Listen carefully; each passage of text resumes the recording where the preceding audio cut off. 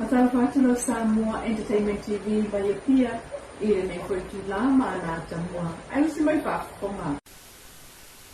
Ua tolo toi le so lus futolo masina fo au kuso. Le mata upol tamale sa faya onga ana tua ielo no fayo nya miole tal fiangai. Ise tenia onga. Le mata upulento e vala waile so full vansonei. Matoi tula ia ile lo ia o tula imole o tua ia le sunga komisi Korea. Mafa leo le tete.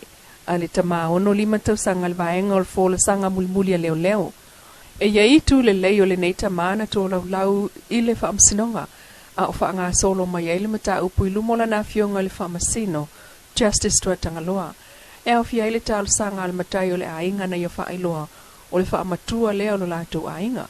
Mol mawina fo il tal sanga al matai o le nu.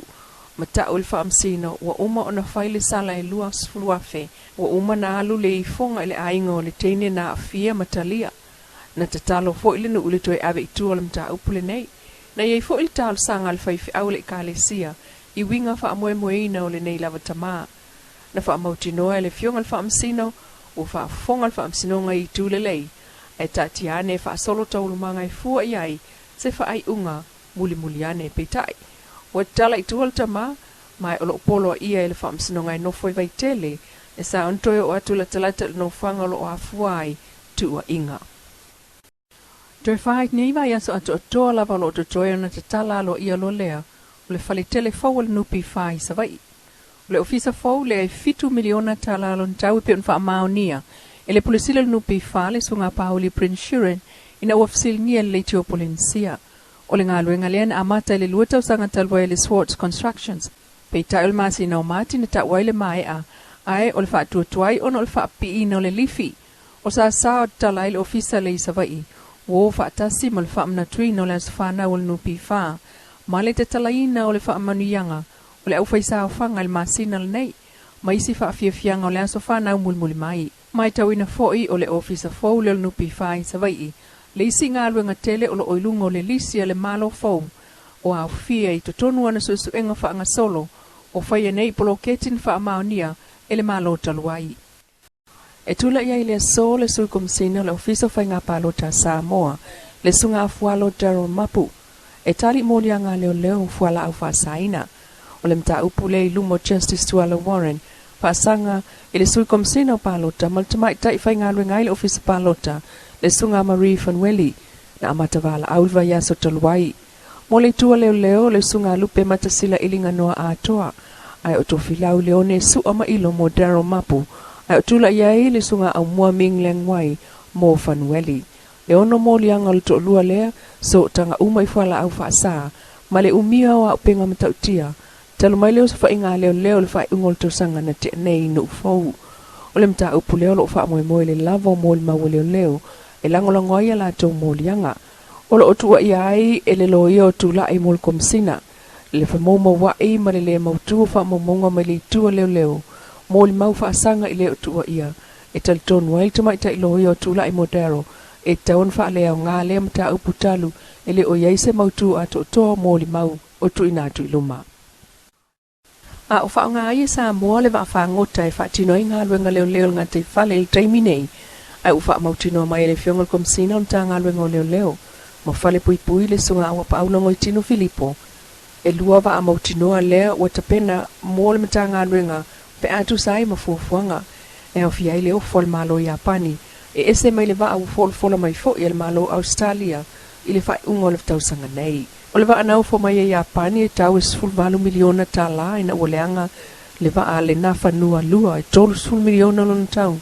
Len fa tupel malo Australia. Len por kalame pui ngol ngā tai whala le Pasifika. Ai, o le masina taluai. E o fo mai foi ele minister le vai fa fo Japani Penny Wong. Le va leo leo mo Samoa. Ina ia malu pui a peo na sami maana ala ngā oa. Petai o sao no awa pa au. E faisi la ititio le va alea au mai Japani. Na ilo le fsosoni Australia. Ma la fa o ngā le va la ititi mo leo leo ino ngā tai whale mtua o il sami fa mau malo. Ai fa o ngale va ala po ale mai Australia mo fa la lave te tele tupu fa fo sei ma le taliatu i vala au fa la lave. O toi ave mai tua mo lianga fa soli tu la fono le sa fa ye leo leo Pasanga ile si leo le sunga sia lele mala tapu ile fam sinongo fa itu malo talwe le ini mo le mau tu lang ile mta upu molo ia na fina wina le amtanga to sanga na tu ya ia le leo ilona wino ni tupe o tus fola umali potia leo mai tangata na tal sanga mo nga wenga fa vai taimi o le mta upu len bala au ilumo le li fam sino le fionga lo au Donald Kerslake matula ia ile o tu ia le amtanga to sanga e te e imolianga peitai na tu tal sanga le tu leo fa au i tu molianga mtali ai ele fa masinonga talala tamayo le pesi ai tu o covitis fluiva o tato tunu fa mautu mai mtanga lengol so fo malo loina talu mai le so lua ivo yuni ile so mua o yulai e tolu sutasi la to fa ma ni le pisia e se fulu fitu tanga te fo wa fie tono Samoa ai sulfana fa malanga mai tonu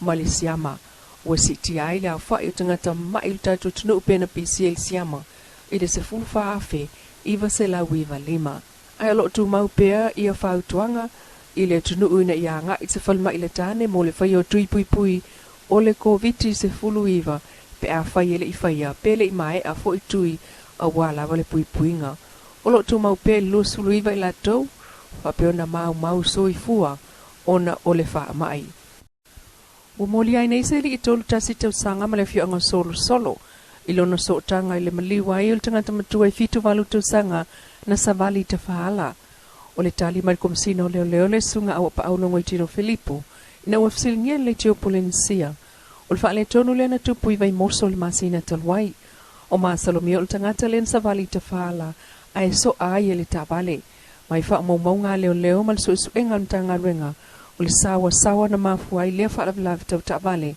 e pe on sa no le fiongol komsina o leo mfal pui malato moli ai lo le tabale mta tia o mafuai le maliu o tu ila so suta si le masina neo yu la yeval a welmta upul nei lumol fam sinonga